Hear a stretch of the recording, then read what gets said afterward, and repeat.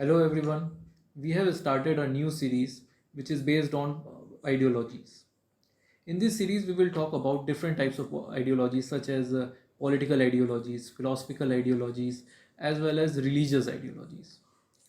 So, talking about political ideologies हम लोग कई सारी न्यूज़ में सुनते हैं कि इस पार्टी की आइडियोलॉजी जो है वो लेफ़्ट विंग है, सेंटर लेफ़्ट है, राइट है, सेंटर राइट है। तो सबसे पहले जो पहला जो वीडियो है वो हमारा इस पर आधारित है कि ये सब जो टर्म्स हैं वो किस हिसाब से यूज़ होते हैं और क्या है। तो इसका जो ओरिजिन है वो सबसे पहले फ्रेंच रिवॉल्यूशन के बाद जो स्टेट्स जनरल आई थी, तो उसमें लोग किस पोजीशन में बैठे थे उस पर काफ़ी कुछ इसकी शुरुआत हुई है।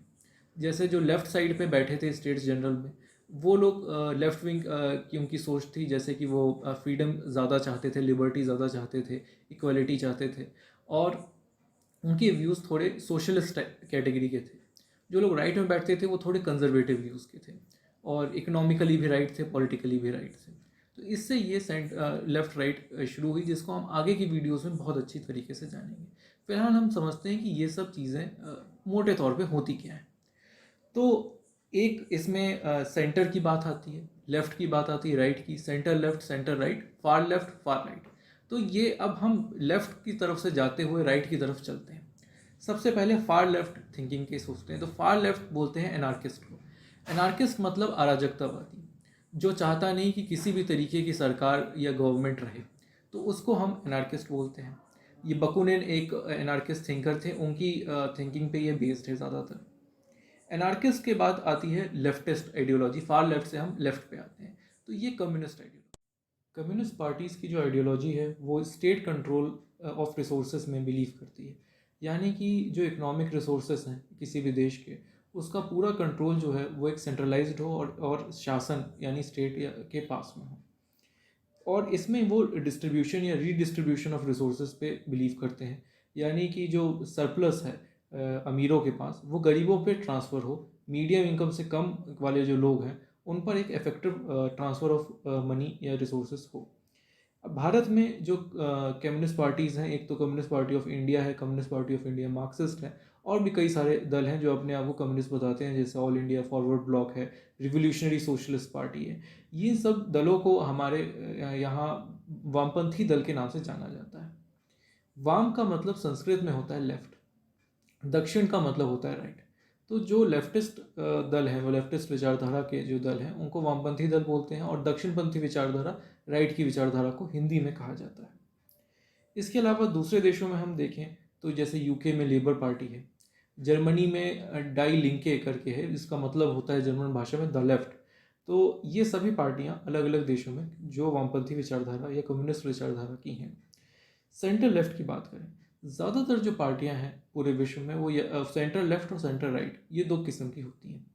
जैसे कि अगर अमेरिका की बात करें तो जो डेमोक्रेटिक पार्टी है वो सेंटर लेफ्ट है, रिपब्लिकन पार्टी सेंटर राइट है। जर्मनी में एसपीडी जो है वो सेंटर लेफ्ट है, और सीडीयू जो है वो सेंटर राइट है। यूके में हम जानते हैं कि centre right party conservative party है। भारत में और भी ज़्यादातर जो पार्टियां हैं, जैसे समाजवादी पार्टी है, आरजेडी है, आम आदमी पार्टी, ज़्यादातर पार्टियां सेंटर लेफ्ट हैं। भाजपा जो भारतीय जनता पार्टी है उसको एक सेंटर राइट विचारधारा की पार्टी माना जाता है, मोस्टली पॉलिटिकली सेंटर राइट इनको माना जाता है। फिर सेंट्रिस्ट जो सेंट्रल में बिल्कुल जिनकी सोच है, ऐसी भी पार्टियां होती हैं। सेंटर लेफ्ट सेंटर राइट के अलावा कुछ पार्टियां ऐसी भी होती हैं जैसे कि जिन्हें बिग टेंट के नाम से जाना जाता है। बिग टेंट का मतलब है बहुत सारी विभिन्न विचारधाराओं को अपने आप में संजो कर जो रखें, जिसमें हर तरीके की आइडियोलॉजी के, कई विभिन्न प्रकार की आइडियोलॉजीज़ के लोग एक पार्टी में हो। जैसे कि एग्जांपल के तौर पे जब इमरजेंसी के बाद चुनाव हुए थे 1977 में, तो जनता पार्टी एक ऐसी पार्टी थी जिसमें जनसंघ भी थी, कांग्रेस के लोग, ओ के भी लोग थे, सोशलिस्ट पार्टी के लोग थे, किसान ओरिएंटेड जो लोक दल थी उसके भी लोग थे, और इन सब ने मिलकर जनता पार्टी बनाई थी, और वो 3 साल तक वो पार्टी रही थी, उसकी सरकार भी रही थी। तो ऐसी पार्टियों को बिग टेंट के नाम से भी जाना जाता है। इसके अलावा जो राइट की विचारधारा है वो सेंटर राइट से थोड़ी अलग है। सेंटर राइट की विचारधारा जो है वो थोड़ी एसिमिलेटिव नहीं है, जैसे कि सेंटर लेफ्ट की विचारधारा थोड़ी एसिमिलेटिव होती है। वैसा उसमें सेंटर राइट में हमें नहीं दिखता है। लेकिन राइट की जो विचारधारा है वो अभी कुछ रिसेंटली यूरोप वगैरह में इमर्ज हुई है इमिग्रेशन के कारण। जैसे कि AFD, अल्टरनेटिव फॉर डॉइचलैंड, जो कि जर्मनी में की एक पार्टी है, और UKIP, United kingdom independence party, ये UK में ब्रिटेन की एक पार्टी है। तो ये पार्टी राइट हैं, जो सेंटर राइट के भी थोड़े और दक्षिणपंथी विचारधारा, उनसे ज़्यादा दक्षिणपंथी विचारधारा की पार्टियाँ हैं। राइट होती है फाशिस्ट पार्टी, जो जैसे मुसोलिनी की अपनी फाशिस्ट पार्टी थी, नाजी पार्टी थी एडोल्फ हिटलर की। तो ये लोग कंजर्वेटिव जो राइट विंग वाले थे वो चेंज नहीं चाहते थे। ये लोग जो फार राइट वाले हैं वो चेंज चाहते हैं और रेडिकल चेंज चाहते हैं, लेकिन जो चेंज लेफ्ट चाहते हैं उसकी उल्टी डायरेक्शन में ये लोग चेंज चाहते हैं। ये लोग पुराने जो ऑर्थोडॉक्स विचार हैं उसमें जाना चाहते हैं, और सारा कंट्रोल जो है वो एक ही इंसान के पास हो, ये इनकी थिंकिंग रहती है, जैसे कि हिटलर की थी और मुसोलिनी की थी। तो ये सब अलग अलग प्रकार की विचारधाराएं हैं। कई बार इन विचारधाराओं में कई कंफ्यूजन होता है, जैसे कि एक पॉलिटिकल लेफ्ट राइट अलग होता है और इकोनॉमिक लेफ्ट और राइट अलग होता है। पॉलिटिकल लेफ्ट में ज़्यादातर चीज़ें आती हैं, एसिमिलेटिव हैं, थोड़ी प्रो माइनॉरिटी हैं, ये सब चीज़ें पॉलिटिकल लेफ्ट हैं, प्रो इमिग्रेंट हैं। राइट विंग में ज़्यादातर एंटी इमिग्रेंट, थोड़ा मेजोरिटेरियन टाइप की चीज़ें आ जाती हैं। इकोनॉमिक लेफ्ट राइट जो है वो इकोनॉमिक इंडिपेंडेंस से लेना देना है, कि स्टेट का कितना रोल हो इकोनॉमी में। तो इकोनॉमिक लेफ्ट का कोई अगर इंसान होगा तो वो स्टेट कंट्रोल चाहेगा, है ना, और एक डिस्ट्रीब्यूशन चाहेगा कि जो सरप्लस है, जो रेवेन्यू है, वो एक डिस्ट्रीब्यूट हो from tax payers to non tax payers, जो कि पुअर गरीब लोग हैं उनके पास एक फ्लो हो, एक तरीके से मीडियन इनकम से जिनकी कम आय है उन पर एक इफेक्टिव ट्रांसफर हो। ऐसा लेफ्टिस्ट पॉलिसी, सोशलिस्ट पॉलिसी रहती है। राइट विंग पॉलिसी जो है वो थोड़ी एक इकोनॉमिक फ्रीडम, एक इकोनॉमिक लिबरलिज्म की पॉलिसी फॉलो करती है, जिसमें ये ज़्यादा प्राइवेटाइजेशन चाहते हैं, स्टेट का कंट्रोल कम से कम हो इकोनॉमी में, ऐसा चाहते हैं। तो ये इकोनॉमिक राइट हो गया। अब कई बार क्या होता है कि पॉलिटिकली जो लेफ्ट है वो कई बार इकोनॉमिकली राइट भी होता है, जैसे कि इसमें आती है लिबरल आइडियोलॉजी या liberal progressive ideology. Liberal progressive आप जब समझते हैं तो वो पॉलिटिकली लिबरल अगर कोई है, यानी वो एसिमिलेटिव है, वो इमिग्रेंट्स चाहे आप हैं, या फिर जेंडर इश्यूज है, फेमिनिज्म है, इन्वायरमेंटलिस्ट है, उन सबको इंक्लूड करता है। माइनॉरिटीज़ को वो एसिमिलेट करके चलता है, इमिग्रेंट्स को एसिमिलेट करके चलता है। लेकिन दूसरी तरफ वो इकोनॉमिकली भी लिबरल होता है। वो स्टेट कंट्रोल जो है अलग अलग फील्ड में उसके लिए भी लिबरल होता है, कि स्टेट कंट्रोल कम हो, लोग आज़ाद हों, ज़्यादा से ज़्यादा फ्री ट्रेड हो, ग्लोबलाइजेशन की फेवर में रहता है जो पॉलिटिकल जो इकोनॉमिक राइट है।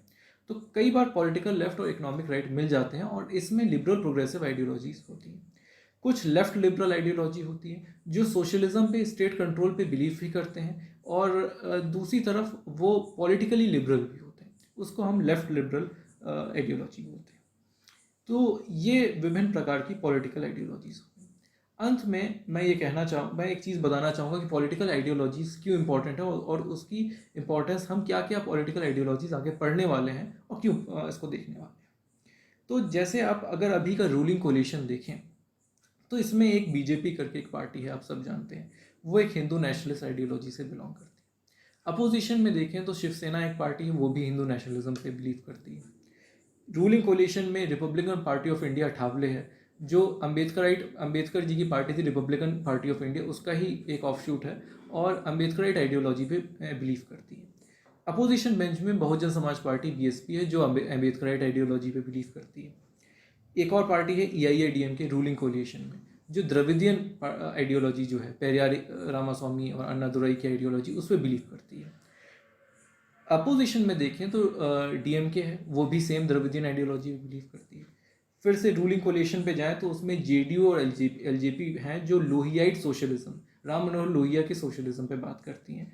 और अपोजिशन पे फिर से आए तो RJD और समाजवादी पार्टी, जो कि लोहिया के समाजवादी आइडियोलॉजी पे बिलीव करती हैं। तो आप चाहे रूलिंग में हो चाहे अपोजिशन में हो, आपको ये सारी आइडियोलॉजीज दोनों जगह पे देखने को मिलती हैं। सरकारें चाहे बदलती रहें, पॉलिटिकल आइडियोलॉजीज हमेशा रहती हैं, चाहे वो कोई भी गवर्नमेंट हो। इसलिए पॉलिटिकल आइडियोलॉजीज काफ़ी इंपॉर्टेंट है, खास करके भारत के परिप्रेक्ष्य में।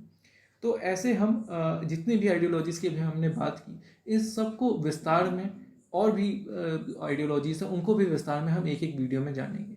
इसके बाद हम फिलोसफर्स की बात करेंगे, जिसमें Plato, Aristotle, Indian philosopher Aurobindo Ghosh वगैरह, इन सब की भी बात करेंगे। और इसके बाद रिलीजियस आइडियोलॉजीज, जैनिज्म, बुद्धिज़्म, इन सब की भी बात करेंगे। धन्यवाद।